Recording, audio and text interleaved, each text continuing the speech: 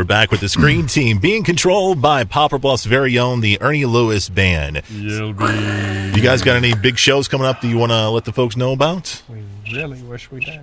Yeah, here in about an hour, you can switch it over to The Bone. That's right. And we will be on there with Chris Berger. You guys are just controlling the whole River Radio studios. ELB takes over River Radio today. I know. You're here on KWC. Next hour, you'll be on Bone in Your Backyard on Z95 The Bone. You guys are taking over, man. I will tell you, if at 7 o'clock, when you turn over to hear us on The Bone, I promise you will get more scoops on ELB than you've gotten probably ever. You guys got some big things coming up, man. Looking forward to it. So you can check that out, 7 o'clock on Z95 The Bone. Let's talk about your next movie, guys. We're doing a whole music movie kind of montage here today, and our next movie is Walk Hard, the Dewy Cox story. This movie was released back in 2007. It was written and produced by Judd Apatow, and it was directed by Jake Cassad. And let's see here. It stars John C. O'Reilly. Ken, tell us about this film. John C. Reilly. What did I say? O'Reilly. Yeah, it works too. It's because we told you we were Celtic gangster rappers. I got me Lucky Charms. Hilarious. Hilarious movie. Absolutely hilarious. I mean, I don't know why Will Ferrell's not in it with him. I mean, it's that kind of movie. Yeah. I mean, if you're wanting to be intellectually stimulated,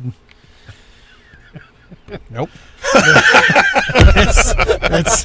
it's not the one. Yeah, but this is kind of like a parody comedy. It kind of follows several musicians. Kind of does like a Johnny Cash Doors kind of thing. Right. Well, it starts off with the Ray Charles story. Okay, and it goes nuts from there. Yeah, but the music's actually for real.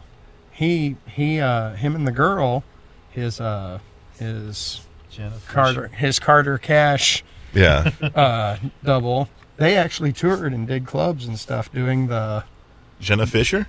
Yeah. Really? Do you know who John C. Reilly's voice reminds me of? That's her from Chris the Office? Isaac. Yeah, a lot like I swear he's got that velvety tenor. For some reason. Chris Isaac, thing. You can edit that out. But I thought, for real, I think John C. Reilly sounds a heck of a lot like Chris Isaac. Yeah, he does. And that's what made most of that work, the type of music that they were doing throughout the film, because it starts in the 50s, I guess. I sounded like a theremin there, didn't I? We need to add that into the next recording. I haven't seen this film, but I've seen little bits and pieces that have just kind of just made me laugh hysterically. Apparently, there's a cameo from Jack White. Yeah, and he's doing like an Elvis kind of thing. He is Elvis. He is. Yeah. He's like, I'm gonna chop you, man. I'm gonna chop you. It's actually only two. Only two people know karate: Chinese and the king. And I'm the king. Look out! Frankie Muniz plays Buddy Holly. No, really? And then the Beatles are in this, but it's Paul Rudd, Jack Black. Yeah. 2 or 3 others. That dude, I forget his name. Jason Schwartzman. Yeah. I just want him to play. Who actually does play drums. He's playing Ringo in the movie, but he actually does play drums. The guy that plays George, he was in 40-Year-Old Virgin and some of the other Judd Justin Apatow. Long. Yeah. Yes, Justin Long. Yeah, see, this movie is chock full of your current comedy stars. Of people 2006. Yep. Well, no, I mean, a lot of them are still doing really funny movies. Kristen Wiig too. Yeah, Kristen Wiig was in it as well. Yeah, it's a 2-hour Funny or Die. Nice. with a theme to it. With a theme. Nice. Yeah.